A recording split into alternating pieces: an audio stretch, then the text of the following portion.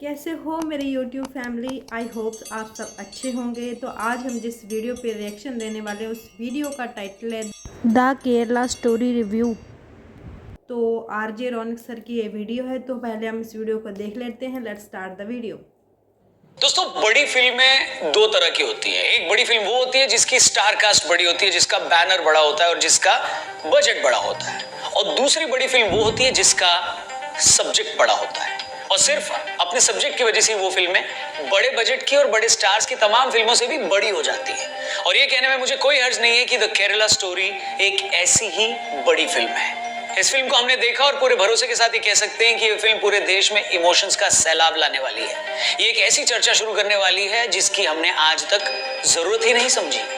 एक ऐसी फिल्म जो हमारे दिल और दिमाग को झकझोर कर रख देगी। तो क्या कहती है ये फिल्म और क्यों है ये इतनी खास? आज के फनतंत्र में हम उसी पर विस्तार से बात करेंगे, अपना ओपिनियन देंगे। और ओपिनियन से याद आया, अगर आपको भी ओपिनियन देकर प्रॉफिट कमाना है तो वीडियो पूरी जरूर देखिएगा।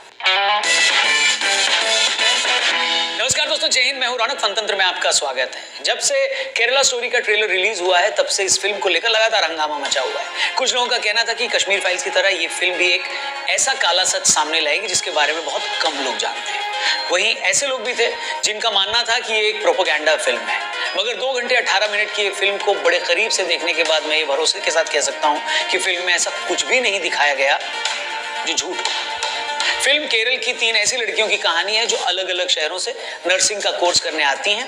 वहां उनके हॉस्टल में मुस्लिम लड़की उन्हें एक मिलती है। इसके बाद फिल्म में सिलसिलेवार तरीके से दिखाया गया है कि कैसे वो लड़की मजहब के नाम पर इनका ब्रेन वॉश करती है। इन्हें बताती है कि तुम्हारा भगवान कमजोर है और वो खुद अपनी रक्षा नहीं कर सकता, सिर्फ इन्हीं का भगवान हम सबको बचा सकता है। इनको अपने मुस्लिम दोस्तों से मिलवाती है जो इनके प्रेम का झूठा नाटक करते हैं। चेहरे मोहरे से और शरीफ दिखने वाले ऐसे लड़कों का काम ही यही है कि वो ऐसी कमजोर लड़कियों को अपने प्यार में फंसाते हैं, फिर इनसे फिजिकल रिलेशन बनाते हैं, उन्हें प्रेग्नेंट तक कर देते हैं ताकि वो उनसे शादी के लिए मजबूर हो जाए और फिर शादी के नाम पर उन्हें कन्वर्ट किया जा सके। और इसके बाद उनके साथ बहुत कुछ होता है जिसे देखकर आपकी रूह कांप जाएगी। उसका ब्यौरा मैं यहाँ पर नहीं दूंगा, उसके बारे में बात नहीं करूंगा। आप थिएटर में जाकर देखेंगे तो आपको समझ में आ जाएगा। फिल्म में एक जगह पीड़ित लड़की सीनियर पुलिस ऑफिसर के सामने रोते हुए शिकायत करती है कि किस तरह प्यार के नाम पर गैर मुस्लिम लड़कियों को फंसाया जा रहा है। वो बताती है कि इसके लिए क्या क्या हथकंडे अपनाए जा रहे हैं। अपनी शिकायत में वो केरल के पूर्व सीएम का हवाला देते हुए भी कहती है कि अगर केरल में यूं ही कन्वर्जन चलता रहा तो 20 सालों में केरल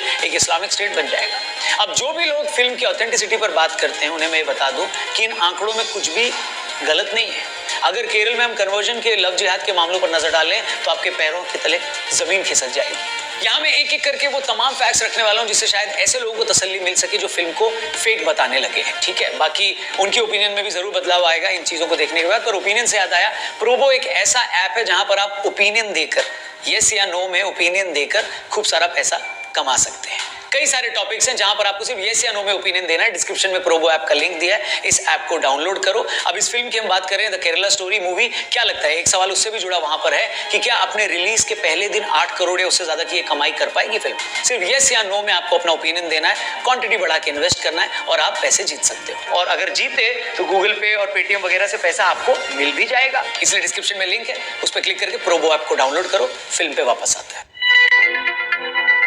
देखिए, फिल्म जिस लव जिहाद और कन्वर्जन की बात करती है वो कोई हवाई मामला नहीं है। आपको बता दूं, खुद केरल हाईकोर्ट ने 9 दिसंबर 2009 में शाहीन शाह वर्सेस केरला स्टेट के सामने ये कहा था कि अलग अलग जगहों से एक साथ इतने सारे केसेस देखकर लगता है कि गैर मुस्लिम लड़कियों को टारगेट किया जा रहा है। राज्य में लव जिहाद या रोमिया जिहाद जैसा कुछ चल रहा है। खुद केरल एसटीएफ ने 5000 ऐसे मामलों का जिक्र किया है जिसमें प्यार के नाम पर हिंदू या क्रिश्चियन लड़कियों को कन्वर्ट किया गया। खुद केरल के मुख्यमंत्री ओमान चंडी ने केरल विधानसभा में एक रिपोर्ट पेश करते हुए बताया था कि 2006 से 2012 तक केरल में 7713 ऐसे मामले बताए गए जिसमें केरल के नागरिक इस्लाम में कन्वर्ट हुए। कन्वर्ट होने वालों में ज्यादातर लड़कियां और महिलाएं थी जिन्हें शादी की वजह से इस्लाम कबूल करना पड़ा।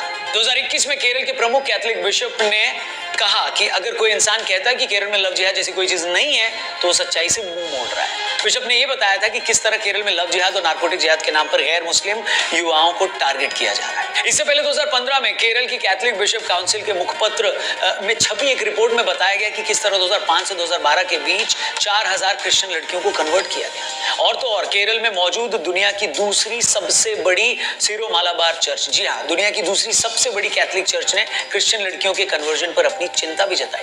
और ऐसा नहीं है कि ये सिर्फ केरल, बेंगलोर या भारत में ही हो रहा है। कुछ दिन पहले इंग्लैंड की होम मिनिस्टर ने भी प्यार के नाम पर लड़कियों को कन्वर्ट करने के पैटर्न पर चिंता जाहिर की। उन्होंने तब कहा था कि इंग्लैंड में पाकिस्तान मूल के बहुत सारे लड़के ये काम कर रहे हैं। वेल, ये सारे फैक्ट्स इसलिए रखे हैं ताकि आप ये जान सकें कि अगर केरला स्टोरी लव जिहाद झूठे प्यार के नाम पर कन्वर्जन की बात करती है तो ये कोई हवाई बात नहीं है। अगर केरल कम्युनिस्ट पार्टी के सीएम कहते हैं कि केरल 20 सालों में इस्लामिक स्टेट बन सकता है तो आप इसे कैसे इग्नोर कर सकते हैं? अगर केरल की एसटीएफ लव जिहाद जैसे हजारों मामलों की बात करती है तो आप उसे कैसे नजरअंदाज कर सकते हैं? अगर केरल बिशप, वहां की सबसे बड़ी चर्च, ईसाई धर्म के मुखपत्र अगर लव जिहाद और कन्वर्जन पर डर जताते हैं तो आप इसे खारिज कैसे कर सकते हैं? आप इसे हवाई कैसे बता सकते हैं? और बड़ी बात यह है कि केरल के सीएम से लेकर वहां की चर्च तक ये ऐसे लोग हैं जिन्हें चाहकर भी आप बीजेपी या संघ का नहीं बता सकते हैं। और हकीकत तो ये है कि केरल आज भी ऐसा स्टेट है जहां घुसना बीजेपी के लिए सबसे मुश्किल है। इसलिए फिल्म अगर हिंदू या क्रिश्चियन लड़कियों को लव जिहाद के नाम पर फंसाने की बात करती है तो उसे किसी की साजिश बताकर खारिज मत करिए। उस सच को जानिए, उस हकीकत को समझिए, खुद को उसके लिए तैयार कीजिए। अब अगर कोई ये कहता है कि ये फिल्म तो भड़काती है या किसी एक धर्म को गलत तरीके से दिखाती है तो उस पर तो भैया मैं बस इतना ही कहूंगा कि बतौर आर्टिस्ट आपकी पहली और आखिरी रिस्पॉन्सिबिलिटी सच दिखाने को लेकर होती है। अगर उस सच को देखकर कोई हर्ट हो रहा है तो उसमें सच दिखाने वाले की कोई गलती है क्या? आप बताइए। सच दिखाने वाला ये सोचकर सच को थोड़ा हल्का करके तो नहीं दिखाएगा ना कि गोरखपुर में बैठा किसी आदमी को वो सच देखकर बुरा ना लग जाए। उससे भी बड़ी बात, आपको तो ये सच देखकर अगर बुरा लग रहा है तो एक बार जरा सोचिए उन लोगों के बारे में जिनके साथ ये सब बुरा हुआ है। अगर आपको किसी के साथ बुरा होने की परवाह नहीं है लेकिन अपने बुरा लगने की परवाह ज्यादा है तो आप किस तरह के इंसान है वो आप खुद ही सोचिए।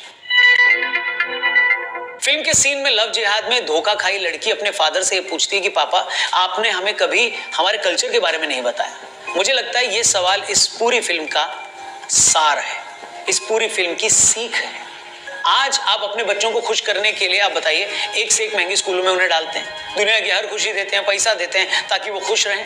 मगर क्या कभी ये सोचा है कि आपने कभी उन्हें बिठाकर अपने पास ये बताया कि बच्चों तुम क्या हो, जिस धर्म में तुम पैदा हुए हो वो धर्म क्या है, उसकी ताकत क्या है, क्यों उसे दुनिया का सबसे पुराना धर्म कहा जाता है? मैं ये नहीं कहता कि कुछ रिलीजन की तरह आप सिर्फ ये दिखाओ कि नहीं हमारा ही धर्म सबसे महान है, मगर आपका धर्म क्या है, उसकी क्या खासियत है, उसकी क्या हिस्ट्री है, हिंदू होकर जो आप मानते हैं वो क्या मानते हैं, वो सब उन्हें बताना चाहिए नहीं बताना चाहिए? अगर आप बिना आध्यात्मिक तैयारी के, धार्मिक शिक्षा के बच्चों को बड़ा करेंगे तो वही होगा जो इस फिल्म में इन 3 लड़कियों के साथ हुआ। फिर कोई भी धोखेबाज आपसे आपके धर्म के बारे में सवाल करेगा, ये बताने की कोशिश करेगा कि आपका धर्म तो कमजोर है और आप उसे काउंटर नहीं कर पाओगे। मैं फिर ये कहता हूं कि आपको अपने लॉजिक से, अपने तर्कों से किसी और के धर्म को नीचा नहीं बताना है, लेकिन अपने धर्म की इतनी समझ तो पैदा करनी चाहिए ना ताकि कोई आपके धर्म को नीचा ना बता पाए।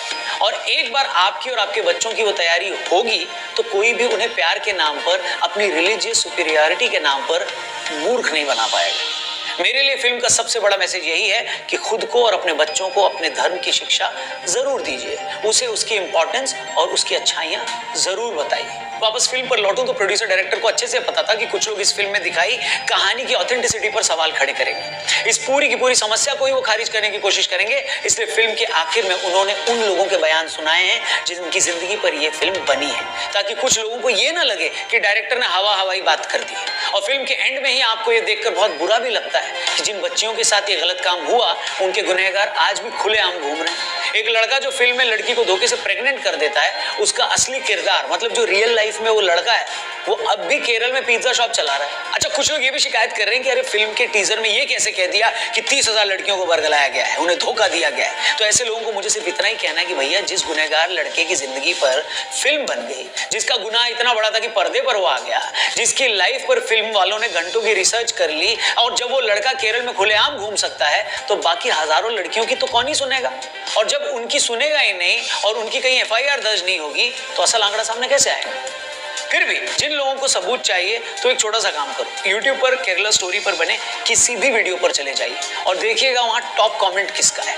आपको हर टॉप कमेंट में यही लिखा मिलेगा कि yes, I am a Keralite and I can say it is a true story. हाँ, मैं केरल का रहने वाला हूँ और मैं कह सकता हूँ कि ये एक सच्ची कहानी पर बनी है। पूरा YouTube इन कमेंट से भरा पड़ा हुआ है। इसके बावजूद अगर आपको लगता है कि केरल के 3 मुख्यमंत्री झूठे हैं, केरल हाईकोर्ट झूठी है, केरल STF झूठी है, जिन 3 लड़कियों पर फिल्म बनी है वो झूठी हैं और सिर्फ आप ही सच्चे हैं, तो मैं तो यही कहूंगा कि चूहे के सामने अगर बिल्ली आ जाए और चूहा आंख बंद कर ले ना, तो उससे बिल्ली चली नहीं जाती, वो उसे खा जाती। इससे पहले कि ये कड़वी हकीकत आपको खाए, चूहे की तरह आप भी आंखें खोलिए और हकीकत का सामना करिए। और एंड में बस यही कहना चाहूंगा कि आपको ये सच्ची कहानी जरूर देखनी चाहिए। खुद भी देखिए, अपने परिवार को भी दिखाइए। एक बार फिल्म देखेंगे तो खुद ब खुद समझ जाएंगे कि आप क्या नहीं कर रहे जो आपको करना चाहिए।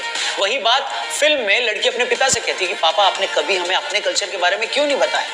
देखिए और समझिए कि आपको क्या करना है और आप क्या नहीं कर रहे हो। तो यहाँ होती है ये वीडियो ख़त्म। अभी तक ये मूवी मैंने तो देखी नहीं है, शायद थिएटर वगैरह के अंदर आई। रिव्यू सुन के या ओपिनियन सुन के मुझे वाकई लगा कि उन्होंने जिस पॉइंट को हाईलाइट किया है वीडियो के अंदर कि पापा आपने हमें हमारे कल्चर के बारे में क्यों नहीं बताया। अगर हम अपने कल्चर के बारे में, अपने रिलीजन्स के बारे में अपने बच्चों को नहीं बताएंगे, हमारे पेरेंट्स हमें नहीं बताएंगे, तो दूसरे किसी भी रिलीजन के लोग हमें अपने रिलीजन के बारे में बताकर और हमारे रिलीजन को कमज़ोर दिखाकर वल्गरा सकते हैं, हमारा माइंड वॉश कर सकते हैं। कि मुझे भी ये बात बहुत ज़्यादा अफेक्ट हुआ।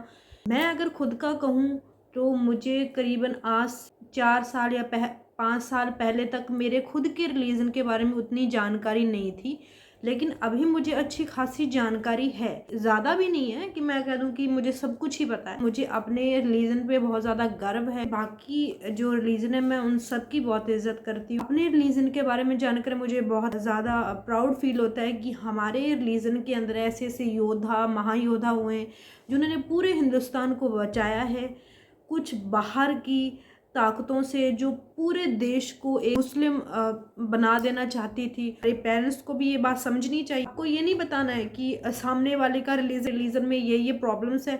आप भले उस चीज़ के बारे में नहीं बताओ, लेकिन आपको अपने बच्चों को और यहाँ तक कि अगर आपके पेरेंट्स को भी कुछ चीज़ें नहीं पता है ना, और अगर आपको पता है तो आपको अपने पेरेंट्स को भी बतानी चाहिए कि हमारा जो रिलीजन है वो कितना पावरफुल है, उसके अंदर कितनी अच्छी चीज़ें हैं। ये सब चीज़ें बतानी चाहिए ताकि इस तरीके की चीज़ें किसी और के साथ ना हो। केरल के अंदर अभी भी अगर ये हो रहा है, देखो हम कभी साउथ इंडिया नहीं गए हैं, ना ही हमें साउथ इंडिया के बारे में इतनी जानकारी है, लेकिन अगर केरल जैसी स्टेट के अंदर ऐसा हो रहा है तो ये बहुत ज़्यादा गलत है। ठीक है, 175 पता नहीं कितने देशों के अंदर इस्लाम फैला है, तो इन सब चीज़ों को देखकर ऐसा ही लगता है कि वो तलवार के ज़ोर पर ही फैला है। लड़कियों के साथ ऐसा हुआ है, उनकी उसमें शायद वो गलती नहीं थी, वो टीनेजर थी, उन्हें उनके रिलीजन के बारे में उतनी जानकारी नहीं थी। जब वो लड़की उन्हें इस्लाम के बारे में बता रही थी और पूछ भी रही थी कि तुम्हारे रिलीजन में इससे रिलेटेड क्या होता है, तो उन्हें जवाब ही नहीं आता था क्योंकि उनको इसके बारे में किसी ने जानकारी नहीं दी, जिसकी वजह से उनकी जो लाइफ है वो पूरी की पूरी ख़राब होगी, पूरी डिस्ट्रॉय हो गई और उनको मजबूरन इस्लाम कबूल करना पड़ा। अगर आपको अपने रिलीजन को, अगर आप अपने रिलीजन को इतना पसंद नहीं करते और आपको सामने वाला रिलीजन पसंद है, आप उसे दिल से चाहते हो और अगर आप खुद कन्वर्ट होना चाहते हो तो ये तो ठीक है, लेकिन किसी को प्रेग्नेंट करके लव जिहाद के चक्कर में और उसे अपने धर्म की जानकारी नहीं है, उसके रिलेटेड अगर उसका धर्म परिवर्तन करवाया जाता है तो ये सच में बहुत ज़्यादा बुरी बात है। मुझे तो ये काफ़ी ज़्यादा हर्ट हुआ। इस मूवी को ज़रूर देखेंगे जब भी मौका मिला, टीवी पर आए, नेटफ्लिक्स जहाँ को ज़रूर देखूंगी। तो अभी हम इस वीडियो को यहीं करते हैं ख़त्म। नेक्स्ट वीडियो के अंदर आपसे फिर से मुलाकात होगी। अगर आप नए हैं तो चैनल को सब्सक्राइब प्लीज़ ज़रूर कर लें। हमें दो इजाज़त, बाय।